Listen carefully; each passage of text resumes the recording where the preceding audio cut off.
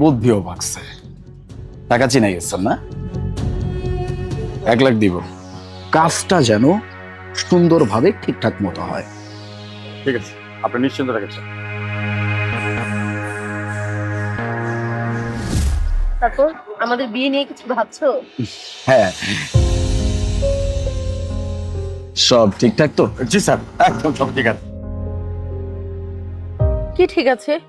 না মানে বলছিলাম যে ওই যে ফেলে দিছিল না, সবকিছু আবার ঠিকঠাক বানায় দিচ্ছে কিনা এটা জিজ্ঞেস এত কেয়ারিং না তুমি।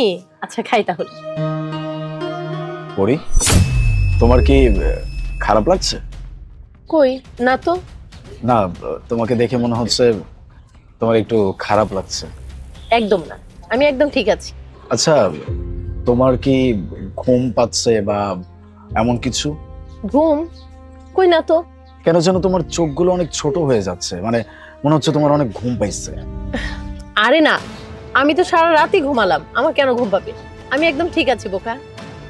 কফিটা কি শেষ করছো? হ্যাঁ, পুরোটা খেয়েছি, ভালো ছিল।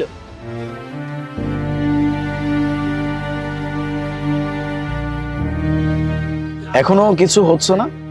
আরে কি হবে আমার, আমি একদম ঠিক আছি, এত টেনশন করো না। কিচ্ছু হচ্ছে না। এই এই, এদিকে আসুন। এই, আপনি আমাদেরকে কফি সার্ভ করছেন কখন?